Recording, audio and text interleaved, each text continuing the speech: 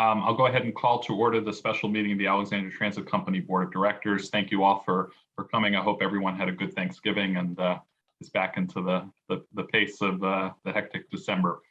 We'll go ahead and have the Madam Clerk call the roll. Okay, Chair Kaplan. Here. Vice Chair Kleist. Here. Linda Bailey. Brandy Collins. Kendall Taylor. Here. Matt Harris. Matt Harris. Hillary Orr. Here. Ajaysha Thomas. Murat Ome. Here. Jesse O'Connell.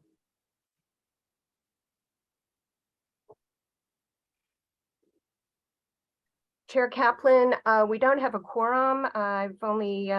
We have 5 responses.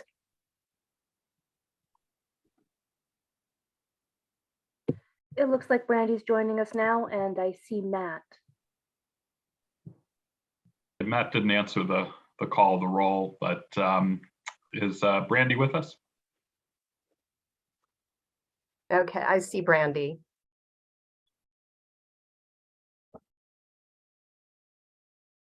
Brandy, could you just acknowledge that you're on the call? Hi, sorry. Yes, I'm here, present. Thank Hi, you. Brandy. Thanks. All right, so we have a quorum now, so we can go ahead and get started. Thank you, Madam Clerk. And let me pull up the. Chair Kaplan, that was Matt called me. He's using his phone, but for some reason he can't get himself to unmute. So he wanted to let you know that he is here and he's hearing the meeting. Okay, very good. Thank you. Yep. Do we have I actually need to get the I'm out of practice in terms of toggling with my Zoom, but okay, we do have. I was going to ask if I thought we had a public comment period on the agenda, so we will go ahead and ask if there are any speakers who wish to be heard. Is there anyone who pre-registered to speak? Yes, we had 3 individuals that registered. The first name is Ross Kane. Okay. So our speakers who are here tonight, we'll be hearing from you shortly. We for those who are on the meeting, either on the Zoom or following us on Facebook Live, you can indicate that. Well, I guess you have to be on the Zoom in order to be heard, but you can raise your hand, and staff will call on you after the 3 speakers who have pre-registered. Our usual rules about 3 minutes for public comment per speaker apply. Written comments are welcome, which you can send to Beth as the clerk of the board. She will make sure to distribute those to us. So we'll go ahead and acknowledge our first speaker, and we have our timer, our virtual timer up here, and green, and then it will become yellow when there's 1 minute remaining, and then red when you're out of time. We're going to ask you to wrap up at that point. So Ross is our first speaker. We can go ahead and recognize him. Very good. Thank you very much. My name is Ross Kane. I'm speaking first from Virginia Theological Seminary as a staff member and a faculty member at the seminary. Secondly, I'm speaking as a MacArthur parent. I know that the line 102 is up for reduction in the upcoming budget cycle. And so I want to speak about bus 102. Just a little bit of background on bus 102 from Virginia Theological Seminary. Seminary staff, students, and visitors use 102. People take the 102 to get to work, especially our daycare and our kitchen staff depend on Route 102 for transportation to work. I should say also that there are other employers who take the 102. I just see them from my house. People getting on and off the bus going to work, namely the Bethel Daycare and St. Stephen and St. Agnes School. I just mentioned that because sometimes I think there's been an impression that 102 is mainly for people, for residents getting to, say, King Street Metro, but it is also a route by which people get to their place of employment. The service has been reduced previously, peak hours from every 20 minutes, reduced to every 30 minutes. And then midday hours were reduced to hourly. And of course, less service means fewer riders. Our request as you look ahead is to have increasing service frequency during commuting hours. As a MacArthur parent, I would hope for bus service about every 20 minutes up till 8:30 a.m. when school starts. From the Virginia Theological Seminary side, we would want service that's usable for the staff commuting to VTS, St. Stephen, St. Agnes, and Bethel. The final thing I'd say is that I know that Dash has data overall on the usage of the 102. And I would ask if there's data being collected about when people are riding the 102. Service every hour, which is what's proposed, I understand, would make using this bus quite difficult. And for local institutions and local and just speaking for myself from VTS, but also as a resident, frequent service at peak hours is more 30 important seconds remaining than hourly service, which is being proposed. So again, that's kind of the key bit. Frequent service at peak hours is more important to us than hourly service. Thank you very much. Thank you, Ross. We appreciate your comments. Next speaker. The next individual registered is Bill Feister. And who's after Bill, just so, Bill, just a moment, just who's after Bill so we can make sure that they're on deck and ready. Catherine Branch. All right, very good. Mr. Feister, you recognized. Okay, thank you. Good evening, everyone. My name is Bill Pfister. Thank you for supporting transit use throughout our community. So I'm writing to request, just like Ross, for the Dash 102 service to be maintained, or at a minimum, some kind of commitment for future consideration, especially once the MacArthur Elementary School on Janney's is completed. So I'm also a MacArthur parent and a community member living in the Seminary Ridge neighborhood. I'm speaking for myself, although I am also a past PTA president for MacArthur, and I'm also a community representative for the Douglas MacArthur Advisory Group, which is the Rebuild Advisory Group. All three of my kids have attended MacArthur, and my youngest will spend his 5th grade in the new building, hopefully when everything's completed this coming fall. Prior to the pandemic, I was a regular rider on AT2 and the 102 routes once it changed names. So I'm aware of many in the school community that have relied on the AT2 102 service. Nearly every time I rode the bus, I saw other MacArthur parents, always people getting on and off at the MacArthur stop. And beyond just the student families, as Ross kind of indicated, there are staff members who also ride that route, or there were when the school is actively there and will be when it returns. In fact, there are individuals from all 5 of the schools and preschools along that corridor who've relied on that service for getting to and from work. So the MacArthur rebuild is scheduled to have classes resuming on Janney's Lane in August of 2023. So we're seeing a lower traffic from that community right now, but the old building held 600 to 700 students and about 85 staff and teachers. The new one's going to be much bigger. It's going to be at least 850 students and at least 125 staff and teachers. We're also going to have special education and preschool there. So my kids love riding Dash and Metro, and maintaining that 102 route is an opportunity to encourage a transit positive experience for the coming generation.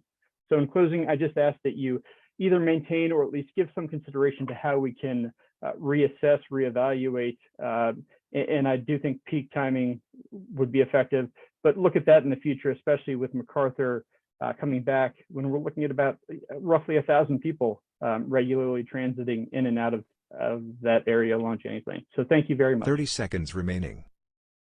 Thank you, Mr. Pfister. We appreciate that. Next speaker. The next one registered is Catherine Branch, but I don't think she's on the call. Okay. Has anyone raised their hand to be heard on the Zoom?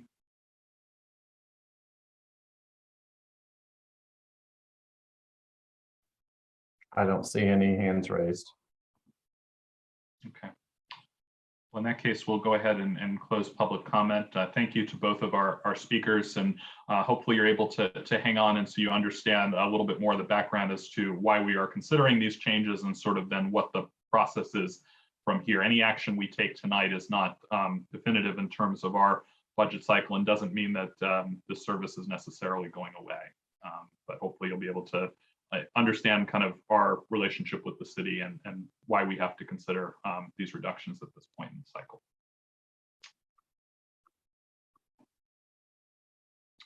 All right, Josh, I'll turn this over to you and your team to present to us. Thank you, Mr. Chair and members of the board.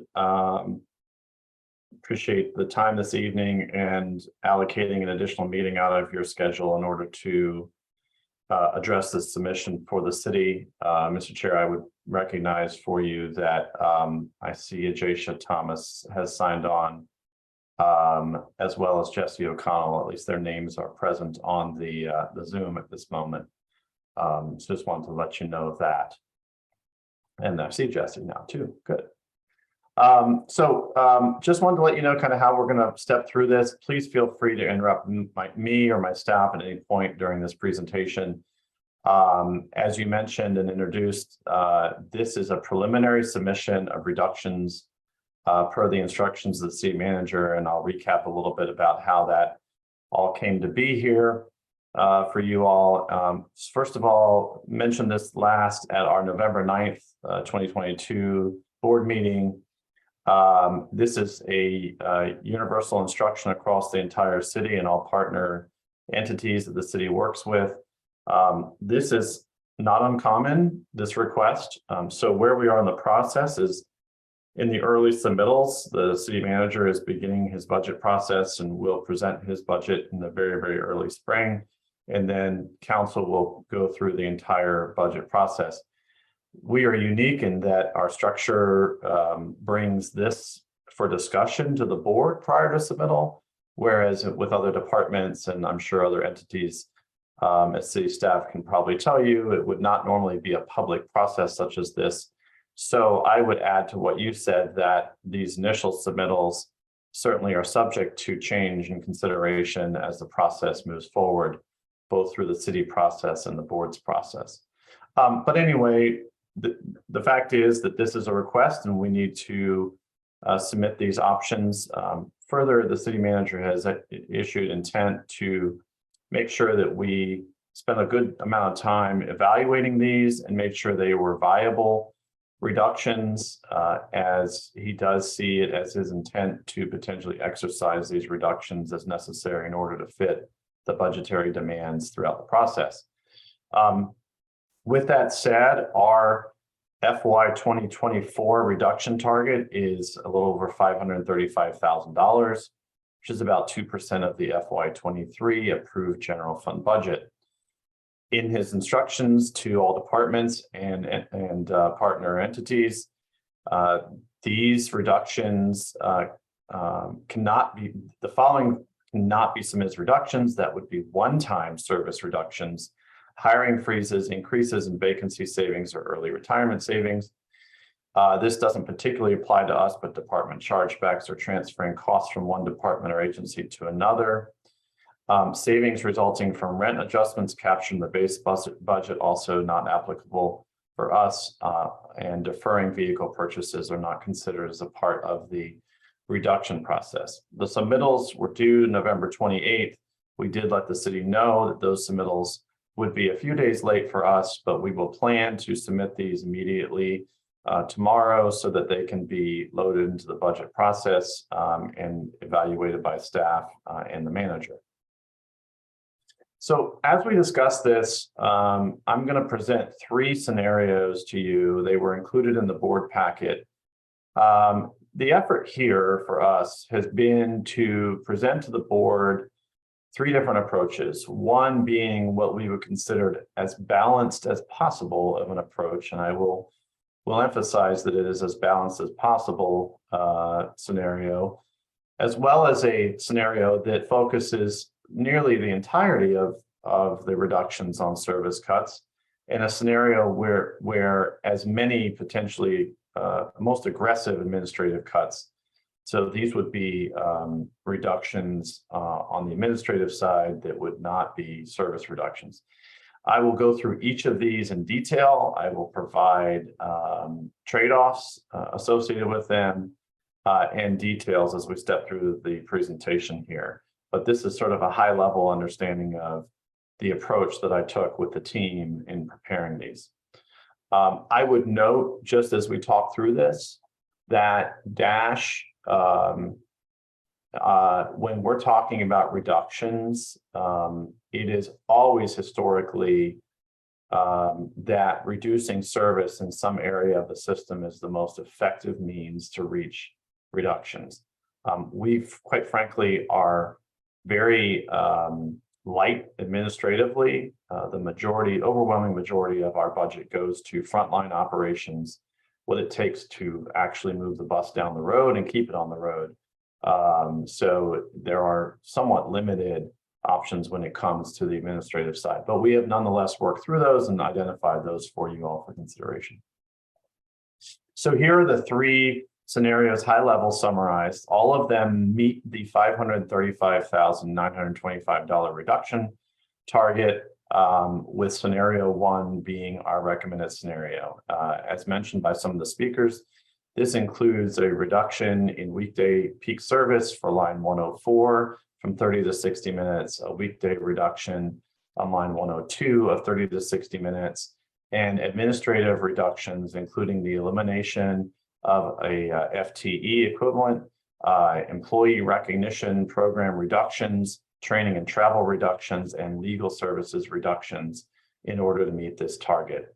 Again, I'll dive into these in detail, but this is a high-level summary. Scenario two, again, this is the service cut focus scenario.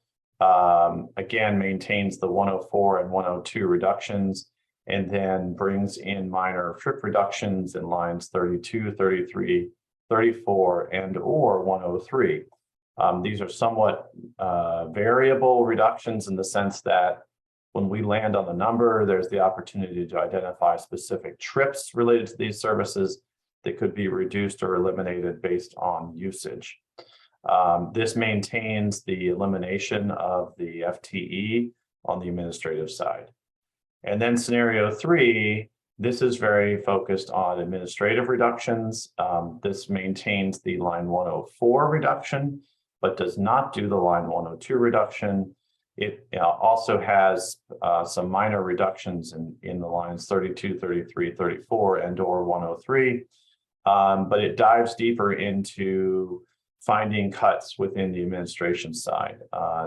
New things on the table, in addition to what is in scenario one, include eliminating rider guide printing, reductions to legal expenses, eliminating all employee training and travel, reducing employee recognition, cutting our marketing and outreach in half, providing reduction in professional services, office supplies, meeting and training supply budgets. So let me talk a little bit about how each of these plays out, because I think that's the helpful way to look at this and how they're effective. And I would note, when we talk about the service reductions, Martin Barna is here, our Director of Planning and Marketing. He can certainly chime in as you have questions specific to those routes and services, but we are certainly using real ridership information and equity information as we bring forward these potential recommendations of where you could reduce service. So line 104, which is included in scenarios 1, 2, and 3. So in all scenarios, this reduction is proposed, serves the areas of Braddock Metro, Cameron Mills Road, Park Fairfax, and the Pentagon. The frequency is reduced from 30 to 60 minutes during peak. And this nets $180,000 in this one reduction alone. So you can see how a service reduction has a major chunk of money associated with it. Projected annual ridership impact is approximately a loss of 8,000 riders or a loss of 8,000 trips. Approximately 5% of those within a quarter mile are classified as low income versus the system-wide average of 10.3% within a quarter mile distance.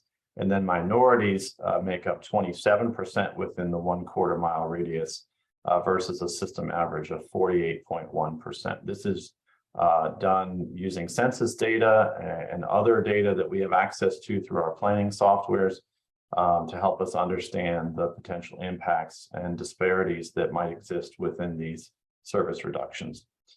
The annual cost per boarding for this service is $22.50.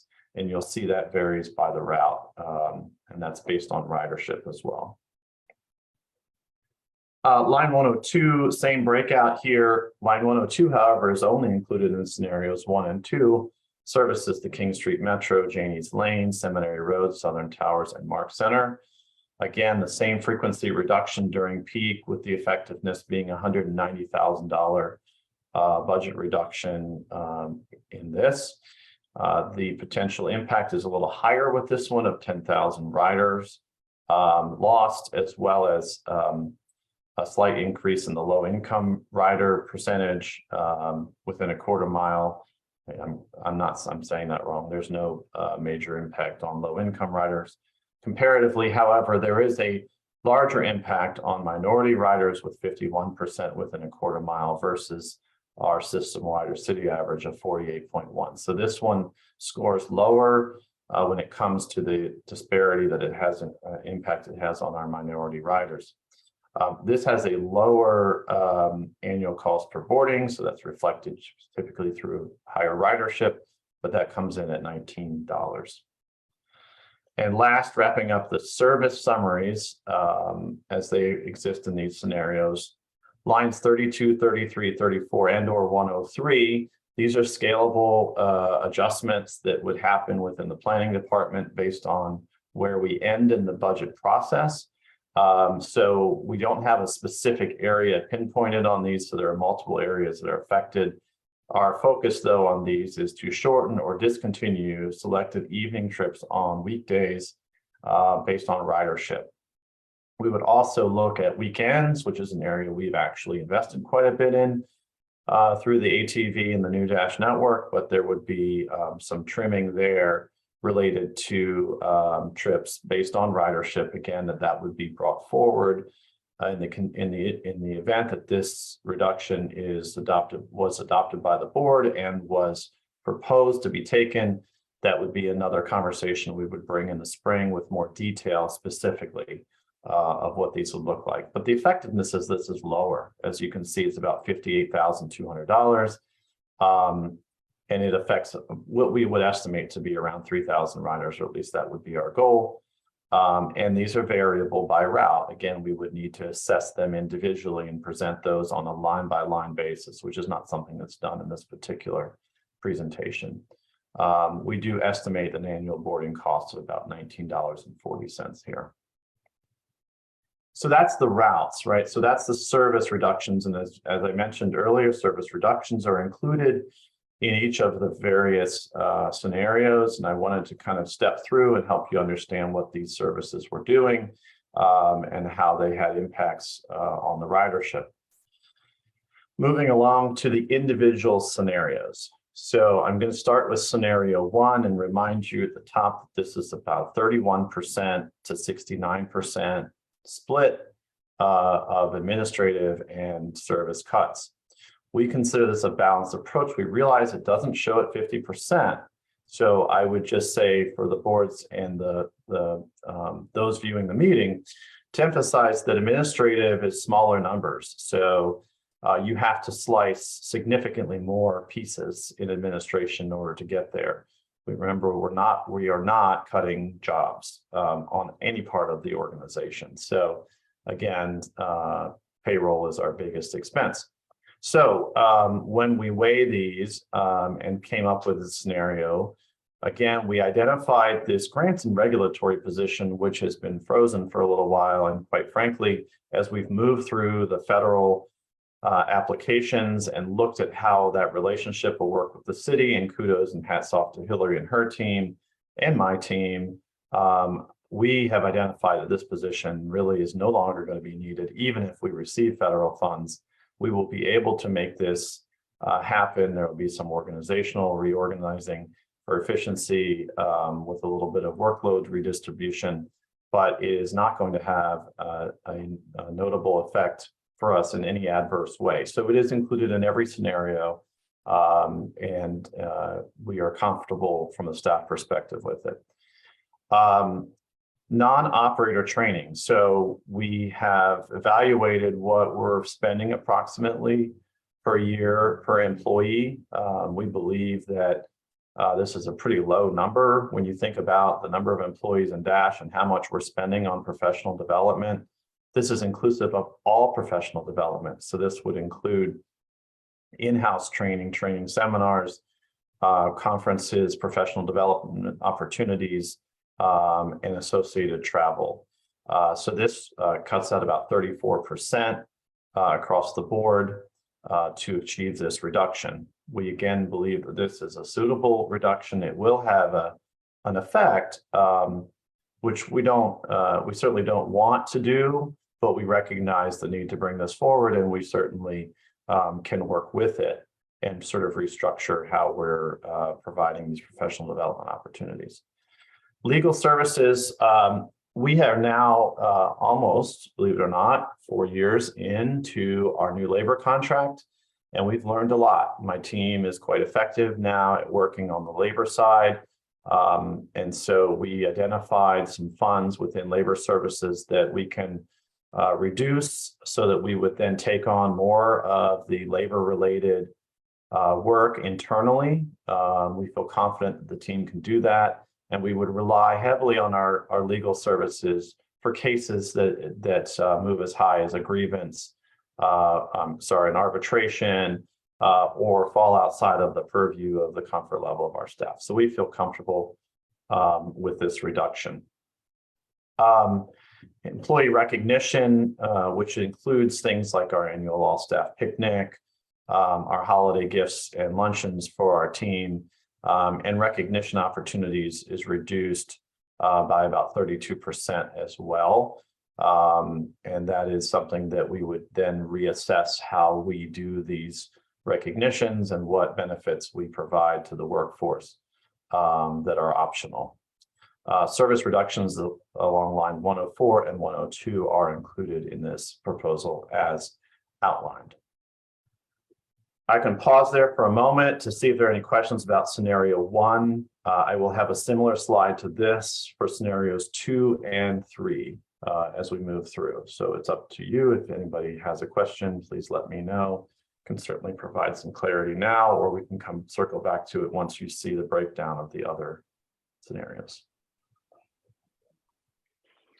Josh, I have a question on the impact to the passengers. You mentioned for the 102 adjustments, the impact would be 10,000 customers, and I wasn't quick enough to write down the 104 impact.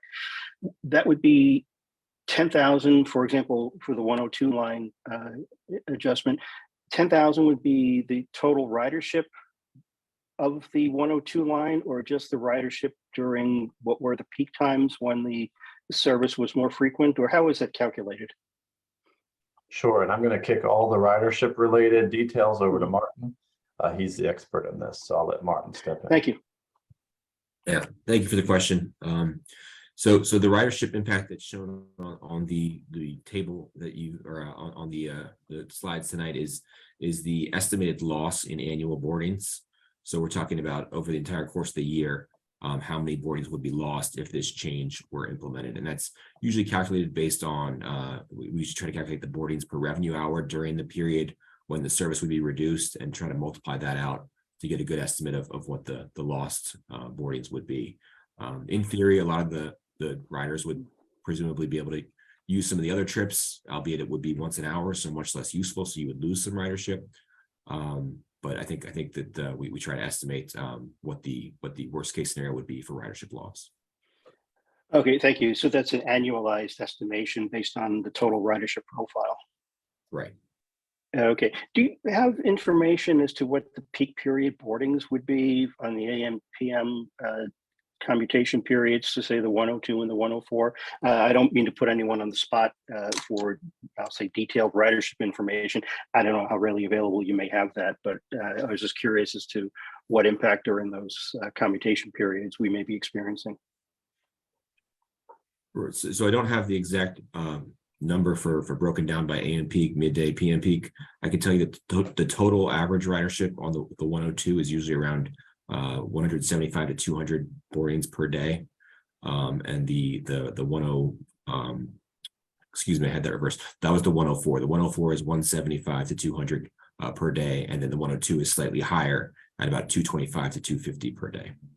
That's for the Okay, thank entire- you. That's the entire day. No, that's very helpful. Appreciate it. Thank you, Martin. And we'll try to capture your questions, you know, as the details, right, come forward. And once we come back to this, seemingly in the spring, and try to have those more detailed level numbers for you as you consider. And I see Brandy has her hand raised. Yeah, Josh and Martin, I don't know if this is a good time to answer this question, but I just want to put this out there. When I read the options, my first question was, had you all considered or calculated reductions to 102 and 104 outside of the peak hours? And if you have a comparison of like how much money that would save instead of targeting reductions during peak hours, how that would impact the different scenarios.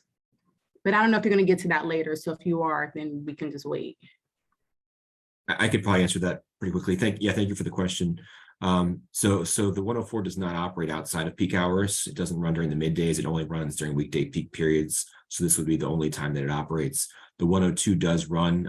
It doesn't run on weekends, but does run during middays on weekdays. However, it's already running every 60 minutes during middays. So any reduction would be kind of just total elimination, basically.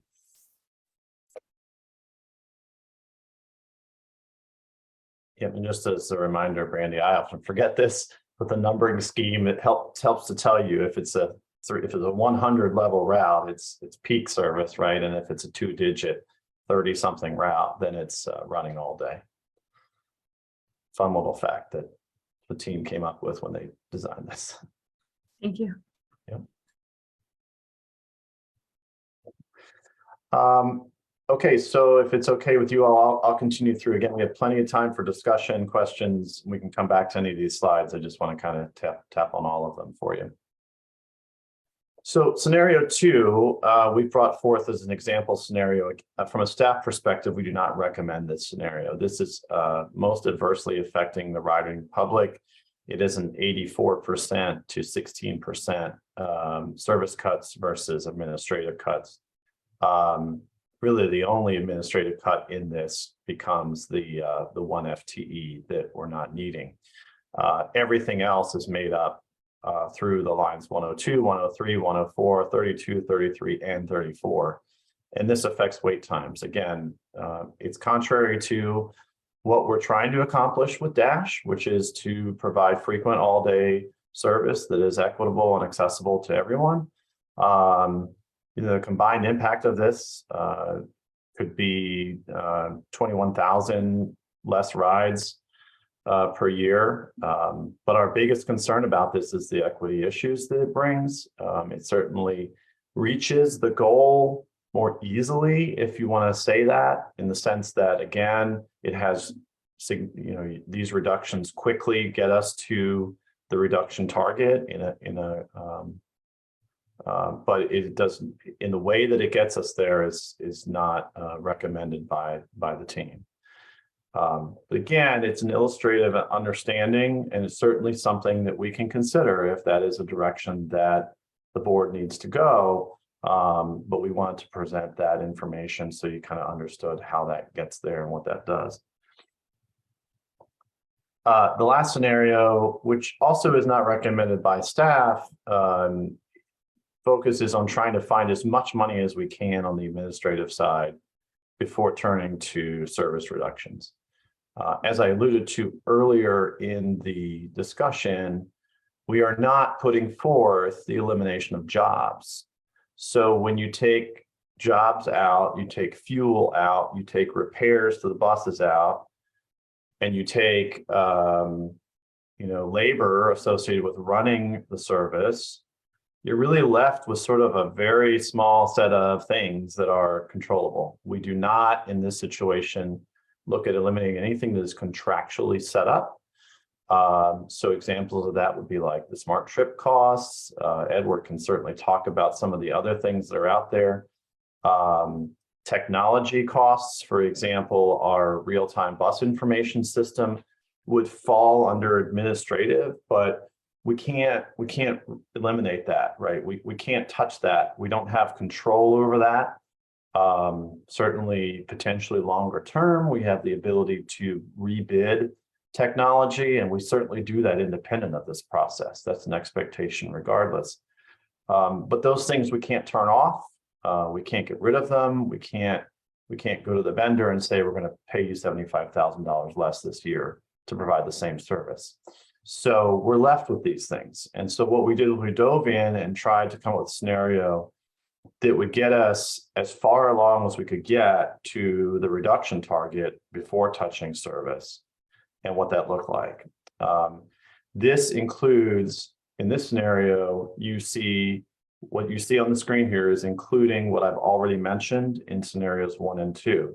So for example, the FTE reduction and any reductions identified in scenario 1 are included. Non-CBA, so staff who are not represented by the contract, we eliminate all of the recognition, training, and development programs that we're doing that are ancillary to their service. An example of this, something where we spend money out of in this, for example, was our Aspiring Leaders program that you all recently heard about. We also look at training, travel, conferences, and professional development. This scenario basically eliminates the ability to do those. We also cut our employee recognition down by 54% in this scenario. We fully eliminate, this is an idea that came forward. It is not I will emphasize, this is not an equitable idea, but transit systems are doing this throughout the country and have done this, which is to stop printing rider guides. The rider guide printing, for example, at Dash, just to give you a sense of the cost impact of that, is about $20,000 a year. And Edward, did I say that right? I'm looking at my spreadsheet. Correct me if I say something wrong, please. He's going to look at my math and chime in and tell me if I told you wrong. Our ride guides are actually, it's 31,000 per year. 31,000. Thank you. This is why we have Edward. But anyway, as you can see, we do a lot of printing, right? We provide a lot of paper. Every time the service changes, we have to go through and redo the ride guide. So in this scenario, we would stop doing that. We would provide QR codes on the buses for people to scan and then view the schedules on their phones. Have not previously recommended this, and it's not recommended in this scenario because I do feel like it disadvantages our low-income riders, many of whom may not even have access to smartphones. And so that was why it is not a recommended action, but it is one that could be taken. And then the communications and outreach budget is also reduced in this scenario. And this basically cuts that in half, reducing how much printing, social media engagement, how much we're spending on marketing and outreach and those kinds of programs. So I say all of this to say that scenarios 2 and 3 are not recommended, but it was important, and we are certainly, it is fine if the board wants us to move more towards a different scenario than recommended. That is the board's prerogative, and certainly staff will take that instruction as the board deems suitable. But oftentimes when you hear reductions, you have a tendency to think, okay, there must be some sort of, some people say fluff. I say it is staff development, and I say it is staff retention and recruitment. But there's oftentimes that feeling of, is there something there that we can reduce? And there is, but there's small numbers relative to the scope of the overall budget. And they have a lesser impact. So we have to do more of them in order to reach the target. And so that's sort of the message kind of here is what this is trying to explain, is that we just have to do more of them in order to make up a larger percentage of the administrative focus cuts. This scenario does include reductions to line 104 and 32, 33, 34, and or 103, but they are lesser on those lines potentially in this scenario. Line 104 is unchanged though. So high level, I want to open up to discussion. We can get you more specific numbers. If there are questions that you have, we want to make this an opportunity for you as a board to understand how we got where we are and what we might need to look at if there's anything else you would like us to consider. But following my screen, it looks like Jesse, you popped up first. So have it. Thanks, Josh. I appreciate that. I'll make some overall comments, but I wanted to make a specific comment on, the slide that you had up for the third scenario, which is just to say that I very much agree with your perspective that when you run around hunting for kind of a large pile of small impact cuts, maybe that gets us to a number in the near term. But I deeply believe that sort of, the erosion of quality of workplace, worker recognition, all of the things that make a good place to work will come back to us in future budgets with higher recruiting costs, higher retention, costs related to retention. So I very much share the perspective that stuff might, it might pencil out in a paper exercise right now, but long term would definitely not be in the agency's best interest. I think my overall comment, just kind of about what you've shown us, I think it's very clear that you and the staff put in really thorough, thoughtful work on different scenarios to get to this. And I am certainly left with the impression that different courses of action have been very well considered, and the consequences have also been outlined very clearly to us. I think the course of action that you're recommending does strike the right balance of answering the mail for the city manager, but also trying to preserve, the various functions of the agency in the best way that we can. I think when we do send this forward, I hope that staff is able to share all of the transparent information you're able to about the effects of these reductions, so that when the manager, when city council does review this, they know exactly kind of, how many people will be impacted, how this sort of falls in relation to the long-term goals of the agency around, providing consistent all-day service, because I do think that's an important part of this story to tell. Thank you. Appreciate your input very much. I saw Hillary's hand go up. Thanks. Thank you, Josh, and thanks to the team. I know this is not fun or easy and takes a lot of work, and I want to echo what Jesse said about professional development. I do think that's really important, and so carrying through with any scenarios, that piece, the recognition of professional development, is important. But I did have some questions about the marketing piece from the last slide, and I was just wondering, I know you had the numbers for the ride guide. I was wondering what the numbers were for that marketing component, and after you let me know, I might have some follow-up. Yeah, sure. So, and Edward, you can please unmute and correct me. I'm working from a spreadsheet that I hope is correct. But I'm seeing a $15,000 reduction there. Do you concur, Edward? Yeah, there's a $15,000 marketing reduction along with a $10,000 general advertising. Those kind of go hand in hand. It's two pieces of the same puzzle, but the total is 25. Yeah. So yeah, I mean, my comment would just be like, I get it with the ride guides.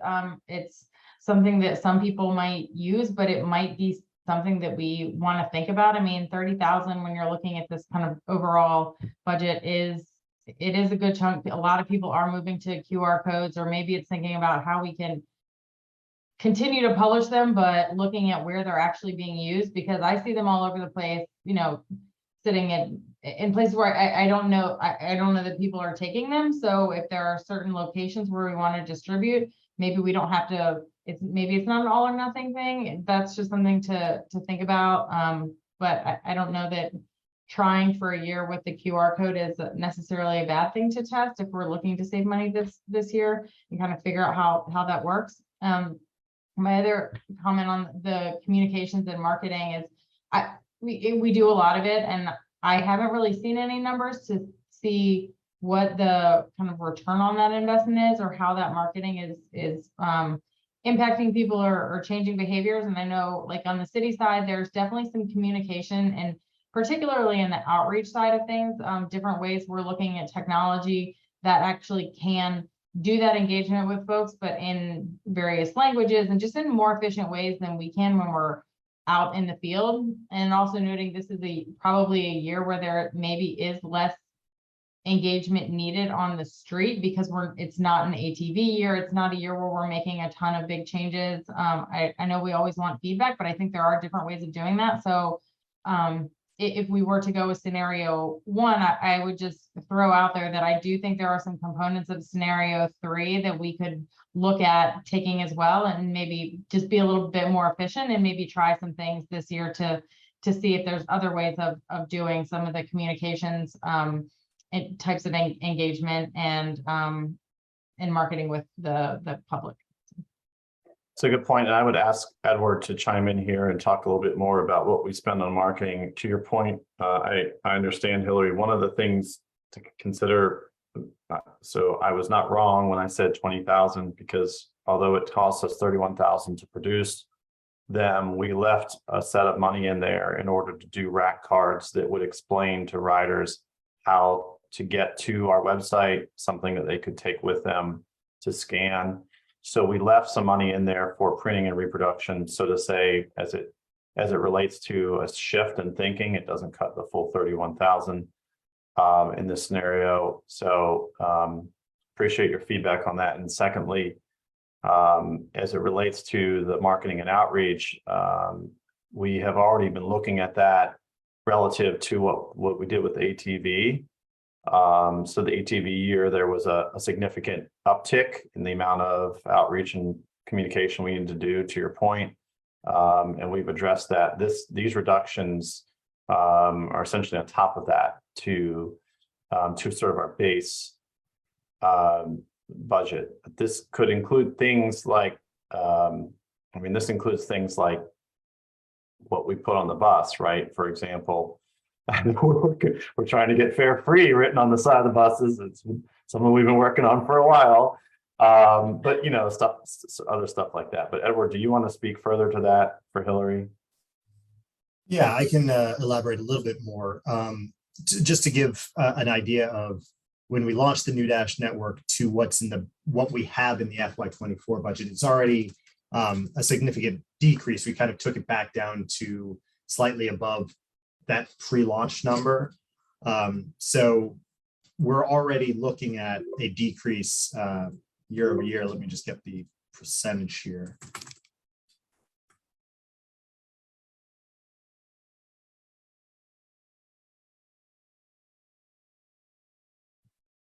So it already decreased about 30% based from the costs that we incurred with the New Dash network. So it's already come back and we've trimmed that back. But yeah, some of the things that go into that are just the general printing and advertising, radio advertising, kind of the things that go on the bus, as Josh said. So the number has already come down to kind of the bare bones, but we're proposing, that cut already cuts it, really kind of handicaps the what marketing can go out there.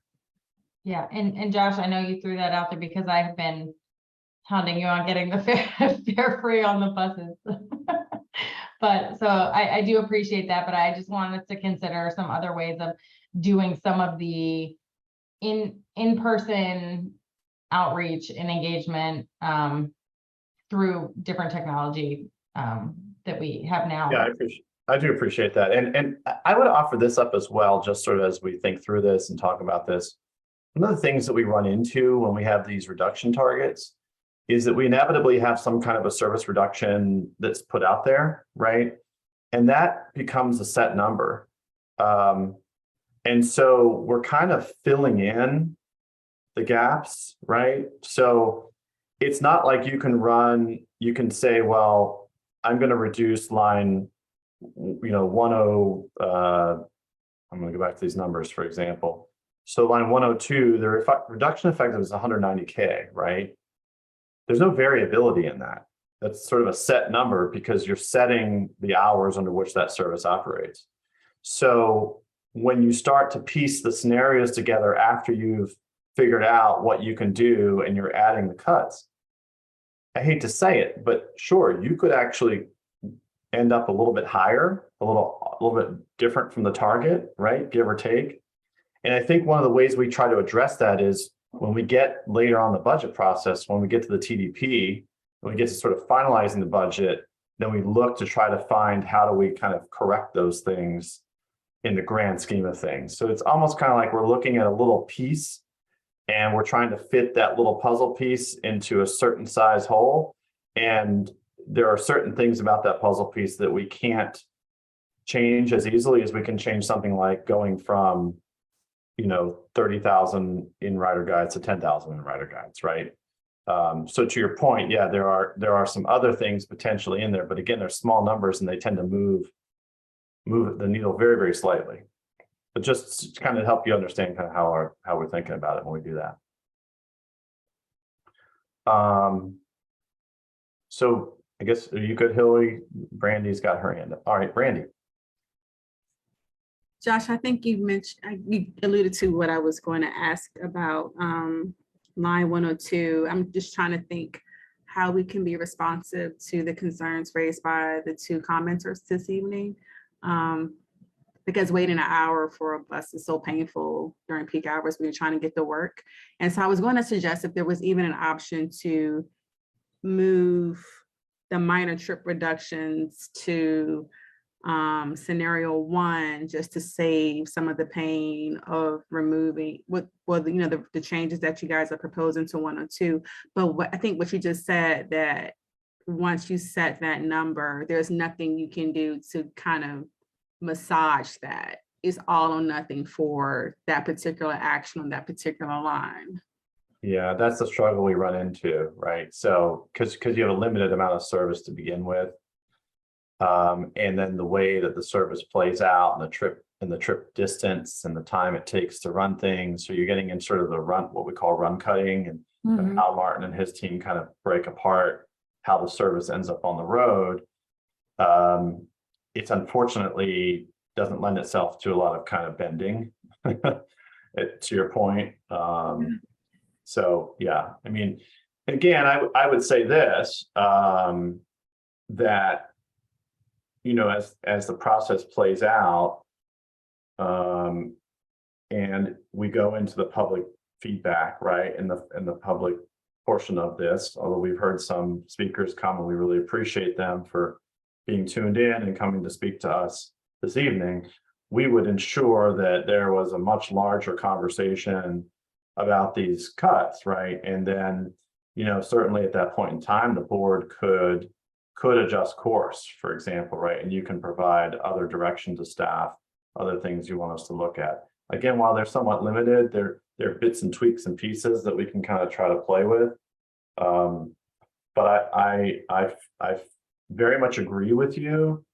And I think, as Hillary kind of pointed out, and everybody's in the city is going through this, it's not a pleasant thing to deal with for any of us in any sense, but we understand the need for it. And so we would certainly want to try to continue to be a good partner and find creative ways to read it.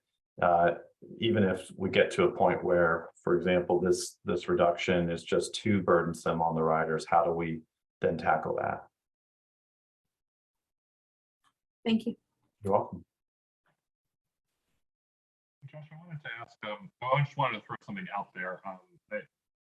Acknowledging that we have to go through this exercise, and we do every year, and this year we have the added call pressure or just knowledge in advance that the manager intends to take reductions that we send forward. So there is a seriousness to this, and your team has approached this with that seriousness and thoughtfulness. I appreciate that, and also giving us options. But one of the things when we passed the Fare Free framework, we said to the city that if there are impacts to service, that we need to run the service that we're running, and that if we're going to be looking at cutting service as a way to continue to offer a fare-free amenity, then we need to basically, and we outlined a process for how we would resume collecting fares. It concerns me a little bit. Well, one, making sure that that is, because we have a new council, we also have a new manager who weren't here when that framework was passed, ensuring that they are aware of the policy statement that we sent, which I know was shared with the city and with the council sitting there at the time. But I think that's important that we need to remind them of that, because while these cuts are at the margins, we know that we're already not where we were supposed to be in the full 2022 version of the new network, not to mention the 2030. And, you know, we're now beginning to chip away at that in a year when we still have state money coming in to provide some of the offset. Next year will be the 24 will be the fourth year. And the year that we have to be fare free, but we don't have any city support. And I really wonder about the message that this sends. And while we have to send reductions up, I think we need to be very clear with the city as to what our expectation, what we set when we went ahead and basically agreed to stop collecting fares, which everybody agrees has been a tremendous success. And I you know, want to see that continue. So I just think that we need to include that as a policy statement or something in the document so that the manager is aware that this is going to be the potential impact, because next year's, we know our base budget is going to look even much higher because we'll be under a new CBA at that point, and whatever impact, whatever is been agreed to will then be baked in. And so I'm also thinking about next year as we go through this exercise, and also understanding, we heard from members, the two community members who testified tonight, and we had a lot of discussion about, board members who are new, we had a lot of discussion about 102 when we were passing the ATV, and 102 got some additional service that we hadn't anticipated offering. And one of the things that we had agreed to is that we understood that there was going to, and this was before COVID, we understood it was going to be hard to measure the ridership on that route because MacArthur School was closed, not to mention then, you know, what has happened in the past 2.5 years, and that we would wait until the school had reopened to really understand what the ridership looked like and to make some decisions long-term about that route. And so doing this would step us back from, you know, kind of a commitment that we had made to the community at the time. And so I'm cognizant of that as we go through this process as well. So I just throw that out there, I think, is something that we need to be very clear about. We don't know what we'll ultimately get. The manager may not take these reductions. Council may, you know, we also submitted supplementals as well. So we asked for some new service, which I think we've also said we're not going to fund if we aren't able to maintain the current service that we have. But I think we need to really be thinking about kind of how hard we want to push on some of this, because I'm worried about where this gets us to. Thank you, David. And I appreciate that. You know, I would echo some of your comments in the sense that, you know, we are trying to make more useful, accessible service to the entire city. And, you know, the Fare Free program is enormously successful. And I believe in December, correct me if I'm wrong, Martin, you are going to be doing a little update on that as per the Fare Free framework.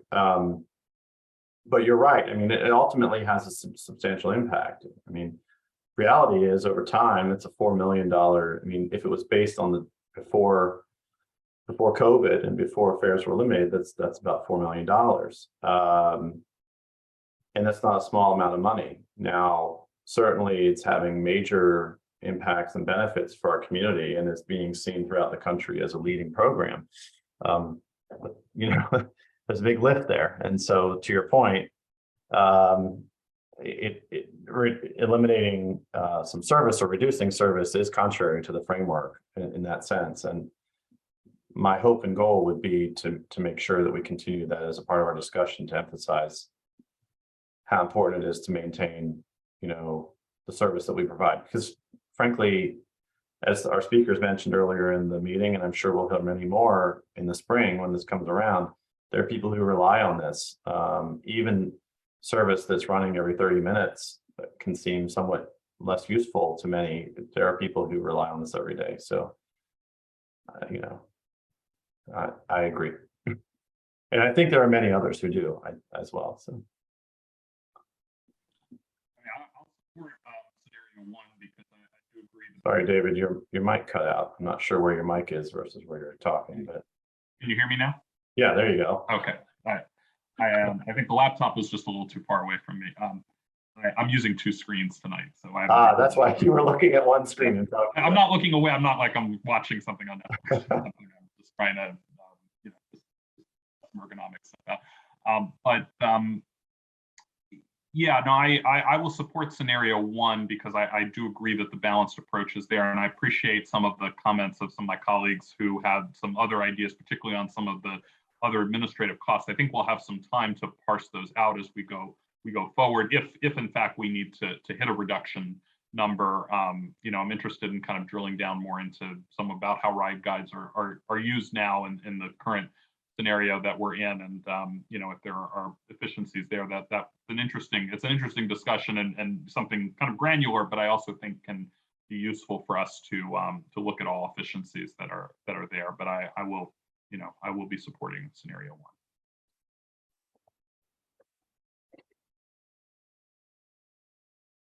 And I'll also mention, and Josh has shared with me, I know there's a budget meeting with the city manager that's coming up where Dash will be briefing the city on the budget with, and I know Hillary and Kendall are participating in that as well. I got the Zoom information. It is my intention to sit in on that meeting in listen mode, really more just to understand some of the interactions that are going on the city side, because, you know, it's really driving a lot of what we're doing. And I feel like, you know, we need to have more insight into those discussions. And so I'm hoping to come away from that with a better understanding of kind of how the manager is approaching building his budget for the coming year, and I think that will be helpful to all of us. So I'm looking forward to being in that meeting with some of you.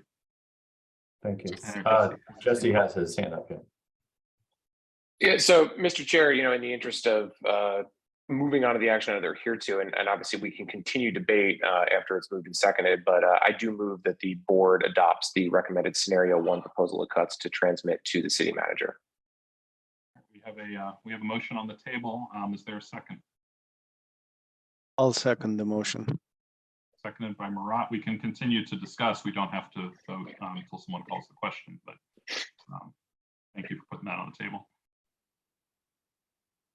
Are there other questions or comments for staff at this point? David, Steve, not necessarily a question, but I too would echo the sentiments that have been shared before, that none of these proposed reductions are ever easy, certainly not consistent with our ultimate mission as of delivering quality of service that we strive to deliver. But I would like to compliment Josh and his team on the very thoughtful process that they went through to develop these scenarios. And as always, looking to minimize the impact to our rider is, I'll say, the overall governing principle here. I would support the proposed option one. Thank you, Steve. Looks like everybody's ready for dinner, huh? I do want to, I don't know if Matt's still on the call, but I don't know if anyone noticed, he appeared to be riding Metro the entire way here based on his background. So I think he works in Tyson, so I do appreciate Matt, you know, making an effort to be here during his commuting hours. I might have missed it. I got distracted for a second, but I even though I seconded, I wanted to ask something during the discussions, and perhaps Ed, you might actually answer that. Did we or did you, Josh, mention any cumulative effects of these reductions if we have to go through the same exercise in the next fiscal year? So in other words, you know, are we planning to restore these, or if there's a second layer of cuts, say, in the next fiscal year? Did we look into that? Did we discuss it, or if I missed it, I apologize. It's a good question, and I appreciate it. We did not really talk about that. The understanding is that once made, the cuts would carry year to year. So restoring them, I think we would be considered supplemental. So in the situation where we look to, say, for example, bring back service on these lines, or to do something that adds service in some creative way that results in an increased cost, we would treat that as a supplemental request in a future year. And that Josh, can I, or Mr. Kaplan, Sure. Can I add? So every year the city goes through this, I wouldn't call it an exercise. We are, for this particular budget year, $37 million in the hole with what we're going to need to find for collective bargaining agreements. We're typically always in that 20 million range. And so all departments are asked to go through this, and it ranges between this year, the 2 and the 1.5%. One of the worst years of COVID was 10%. A lot of years are in that 2 to 5% range. And so this is always done, whether it's economically driven or just asking departments to look at how they do what they do and who they provide services to, and are there different ways to be doing things. And so this will generally always be asked of all of us to look at how we're doing what we're doing and if there are different ways to do it.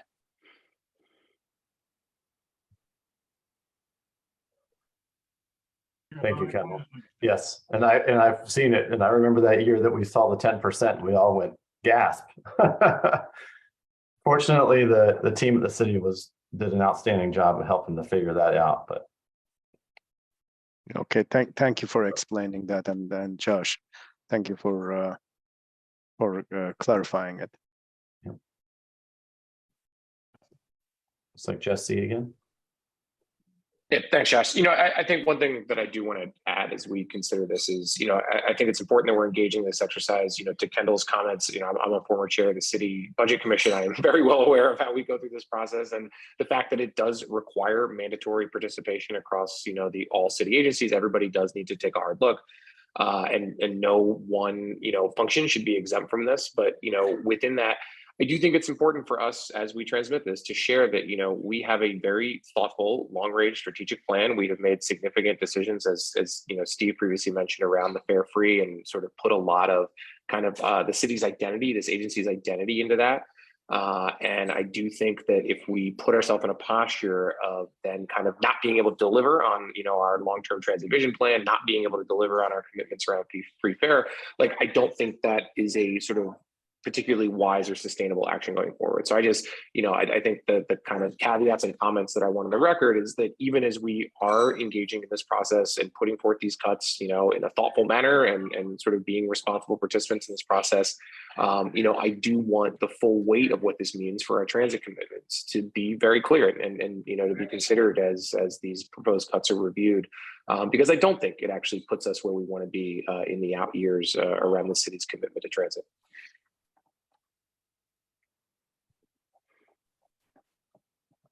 Just a question, can we put I don't know in what form you submit these in, if it's in a worksheet or if we have the opportunity to put a kind of a preamble that has that excerpt from the, I think Jesse stated it very well, but just that references the fare free framework and what we had said regarding service going forward? I believe so. There's a spreadsheet that we input this, but I will certainly make sure that that the discussion of the board is summarized in an effective way and goes into the process for the manager to kind of understand what was said. And I do want to emphasize that we have continued to always be included, and whether it's city manager's office or OMB or Kendall and her team, I mean, we all kind of, again, there's a whole lot that's going to go on now, right? So there's a whole lot of process, and our team is actually going to go, to your point, Jesse, we'll be going in front of the BFAC as well on this. So, we're going to keep on it, and we will do our very best to make sure wherever this can be represented, we'll represent it that way. Is there further discussion on this proposal? If not, are we ready to vote? Mr. Chair, I'll call the question. All right, Jesse's called the question. All in favor of the staff recommendation, say aye. Aye. Aye. Aye. Actually, no, we're back on Zoom. I think, well, let's see if anybody just, let's call the roll just to be clear. We're back on Zoom, and I think that's what we did when we were having all virtual meetings. So, Madam Secretary. Chair Kaplan, how do you vote? Aye. Vice Chair Kleist? Aye. Linda Bailey, I don't know if she's on at this point. No, okay. Brandy Collins? Aye. Kendall Taylor? Abstain. Matt Harris? Hillary Aye. Orr, Abstain. Ajasha Thomas, I think you're on mute. Aye. Marat Ome, Aye. Jesse O'Connell. Aye.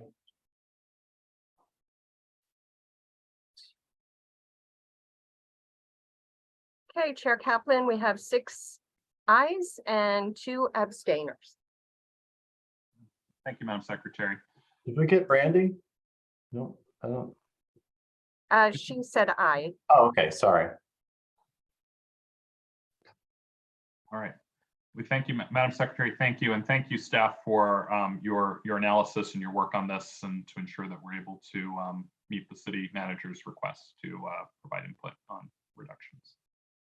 And also appreciate all of you for making time the week after Thanksgiving to be here with us and at a busy time and to go back to a virtual format for briefly just to try to accommodate everybody's schedules. So thank you all for your input tonight and discussion.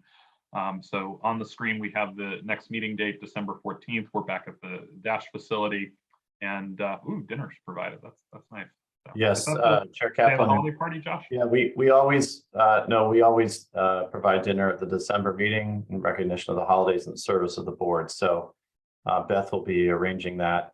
If you could just please make sure you let her know any dietary restrictions, or if you will not be present in person, if you can let her know that so that we make sure we don't over or under purchase or purchase the wrong thing. Very nice. Do you have an announcement for when the holiday party is going to be, or because I know board members do try to attend that when works? So we're not doing the holiday party this year. Because we had a rodeo and a company picnic for budgetary reasons, we won't be doing that, but we do annually provide a small gift card to Giant for the workforce to purchase their holiday meal or turkey or ham or whatever they might do. So that will be included in their annual holiday card. We will continue to do that, but we won't be doing a actual luncheon this year. Thank you. All right, if there's no other business to come before the board, is there a motion to adjourn? So moved. Moved by Jesse, second. Second. Steve, all in favor, say aye. Aye. Aye. All right, thank you all. Have a good night. Bye, everyone. Have a good evening.